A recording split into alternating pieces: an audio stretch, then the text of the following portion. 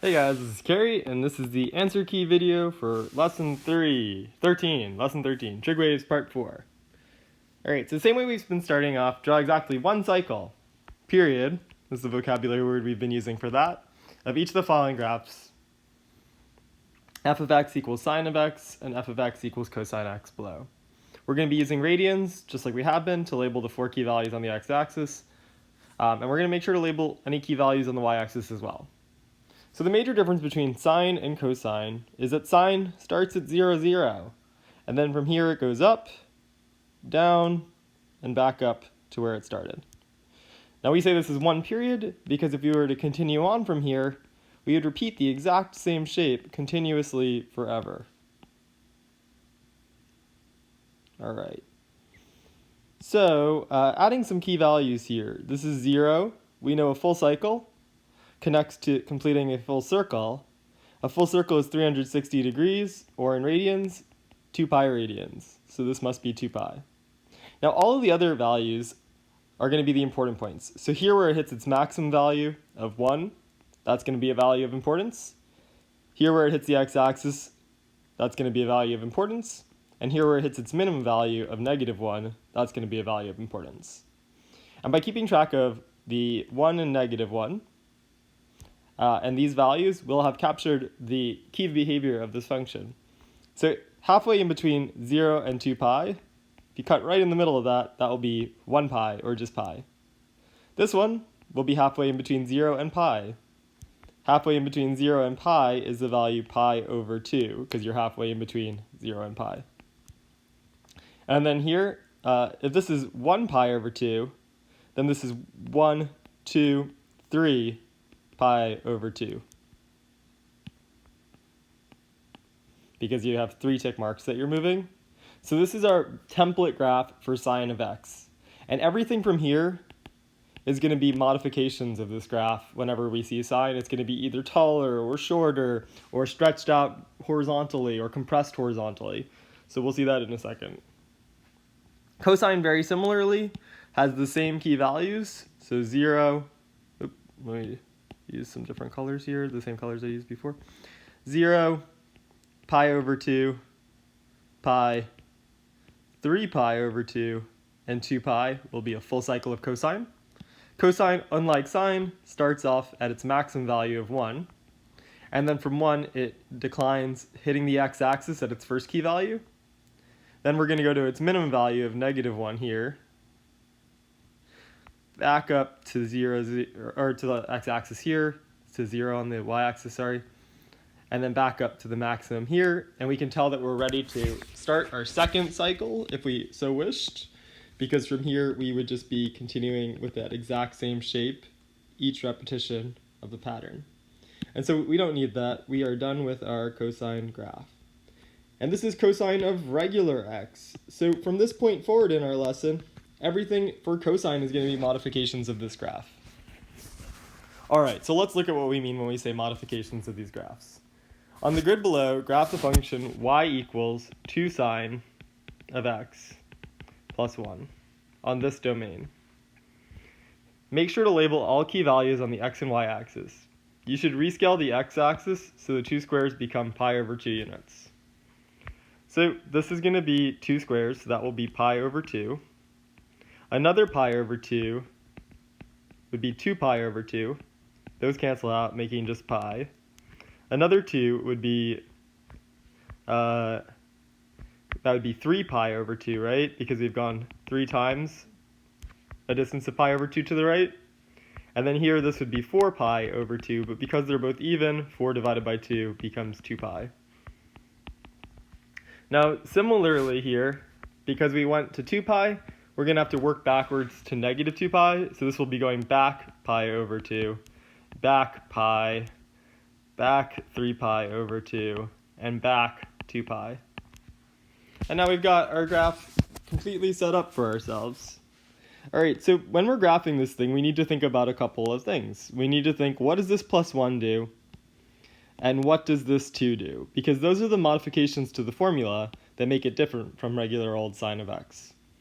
So the first thing we know is that a +1 here is always an outside transformation. this is going to shift the whole graph vertically, so either up or down. Because it's +1, it's going to go up 1 unit. So the easiest way to do this with sine is sine has this symmetry about this middle line. So we're just going to shift that middle line from the x-axis up 1 unit. So our new midline is going to be y equals 1 because we're shifting the whole graph 1 unit up. And we call this the midline, and it's going to be y equals 1. Now, this 2 over here, that is the amplitude. And the amplitude is going to be a measure of how tall the peaks are and how low the valleys are. So it's going to be going up 2 and down 2 because the amplitude is 2. So we'll hit a maximum height of 2 above the midline, which will be 3, and a minimum height of 2 below the midline, which will be -1. All right, so let's graph our sine function.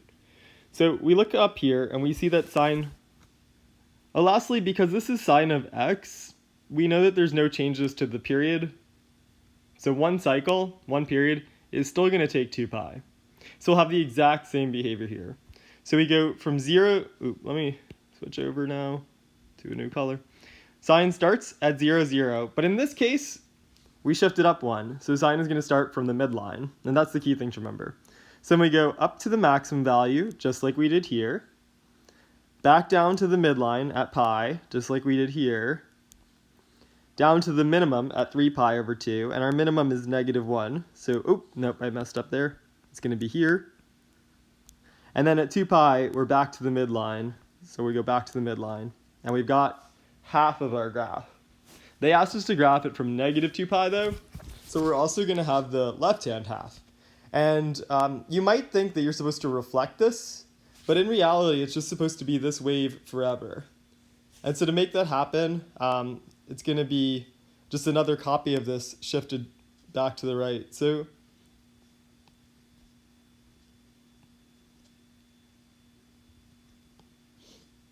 up, down, oh no, sorry, I messed that up really badly. All right, so up, down, back up, down, back up, down, back up. And you'll get that repeating wave forever.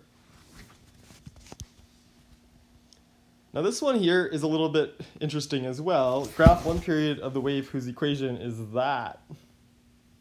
All right, so a couple things to take note of is our template function for this is going to be cosine x. So when we look at the modifications here, we see a 4 in front, which is our amplitude. So we know that the peaks and the valleys for this function are going to be up 4 and down 4. But we also see a modification here which is important to notice. We have a modification to the period because the number inside has changed. And so we're going to have to worry about that in a second. But before we worry about that, we can create a nice basic sketch of this function. So it's going to be a cosine function. So that will mean that it starts off at its maximum, 1, 2, 3, 4. And it's going to go down to a minimum of -4 because of the amplitude. Now putting the key values on the x-axis, we know we're going to have 1, 2, 3, 4. So it starts at the changing colors one more time. Starts at the maximum, comes down to 0, 0, goes down to the minimum. Sorry, not 0, 0, to the x-axis. Goes back to the x-axis, and then goes back to where it started. All right, so we just need to label our key values on the x-axis to have everything correct. Now, usually we'd say it takes 2 pi until it starts repeating. But in this case, because the inside is modified, we have to figure out when does pi over 5 x become 2 pi? And this is coming from the inside. So it's when does the inside equal 2 pi? Because when the inside is 2 pi, we'll have completed a full circle of our graph, or a full period, full cycle. All right, so solving this equation, pi over 5x equals 2 pi. We multiply by 5 on both sides. That gives us pi x equals 10 pi. we divide by pi on both sides, and we get x equals 10. So it must be that when we hit a full period, the x value is 10. Plugging that in is nice to check. If you plug in 10 here, you get pi over 5 times 10. 10 divided by 5 is 2, so this becomes 2 pi, which is a full cycle. All right, so halfway in between, this is going to be 5. Here, this is going to be 2.5, and here, this is going to be 7.5. And we've got our graph complete now. All right, so today's lesson is all about the opposite. It's all about, okay, well, say instead of being given the equation, you're given the graph. How can you make the equation? All right, so really important here, first step is we're going to try to identify, is this sine or cosine?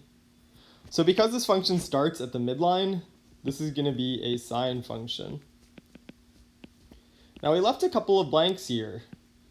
We've got a blank here. We also have a blank here. And then I guess we can fill this in here. We know that it's going to be x. We also know there's no vertical shift. Sometimes we might have to account for that because the midline is still the x-axis.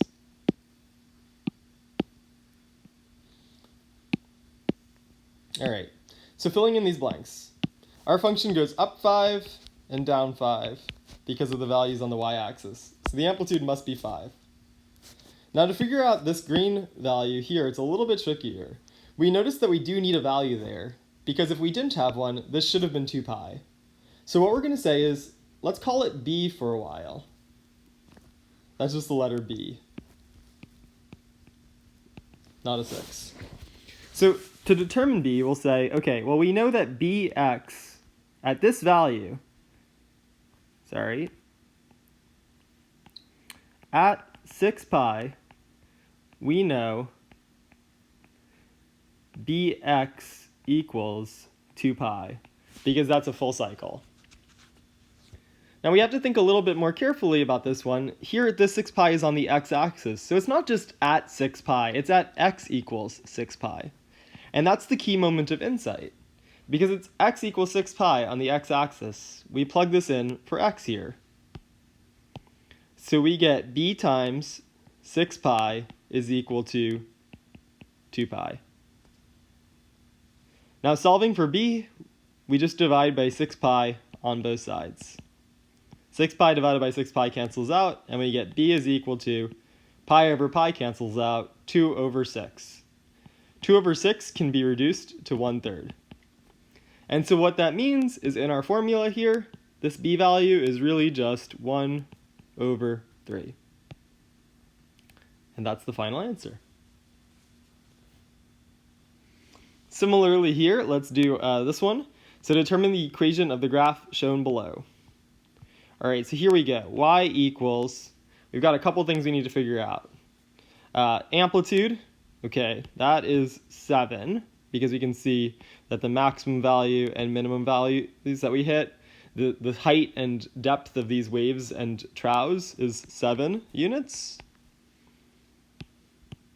Next up, we need to decide, is this a sine graph or a cosine graph? So we scroll up to our do now, or we review back to our do now, and we think, does it look more like a sine graph or a cosine graph? And I would argue this one looks more like a cosine graph, but it's a little bit weird, right? If you think about regular cosine looked like this from our do now, and this one looks like the opposite. So to flip this, we're going to have to put a negative sign in front of the whole equation. And that's going to take it from positive cosine to negative cosine. And now we've got it starting at its minimum value instead of its maximum value. All right, so that's key. And then lastly, this one takes a little bit of work because the period is not 2 pi. We know we're going to have a b value inside with the x value. So let's solve for b. So reviewing that, we know that at x equals 12, bx equals a full cycle. So bx, the inside here, has to equal 2 pi. So what we're going to do then is we're going to plug in x equals 12 to this formula. That gives us b times 12 equals 2 pi. We divide by 12 to solve for b on both sides. That gives us b equals 2 pi over 12. Both 2 and 12 can be reduced by 2, and that gives us b equals pi over 6. So now we go into our formula and we change the b value to pi over 6. And we've got the full equation of our cosine wave complete. All right, we're going to do one more example problem, and then I think that's all the new material for today. So this one's a little bit rough because it looks like we've got a fraction on the x-axis, but that actually turns out to make things easier. So let's see why. So here we go, writing the equation of our function, y equals, this one starts at the midline, so I'm thinking it's sine x. The amplitude, the heights of these vibrations and depths of these trows is 4 and 4, so this is going to be an amplitude of 4 in front. If we think about regular sine does have that same positivity there, up and then down, so we don't need a negative sign here. The one thing we do need to worry about, though, is because the period here is 1/4, we'll need a b value with the x. So to solve for that b value, what we can say is here at 1/4, that's when it completes one full cycle. So at x equals 1/4, bx must be a full cycle, 2 pi.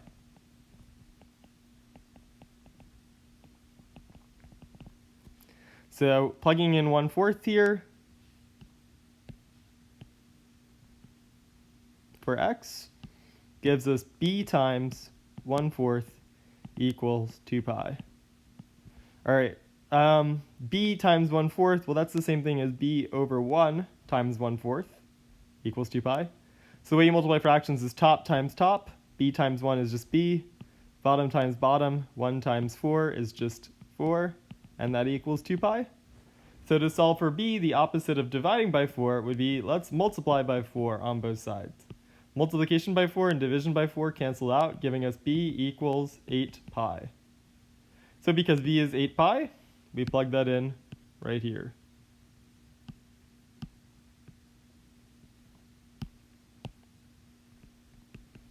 So what you'll notice as you do these is the number inside the parentheses does not match this number here.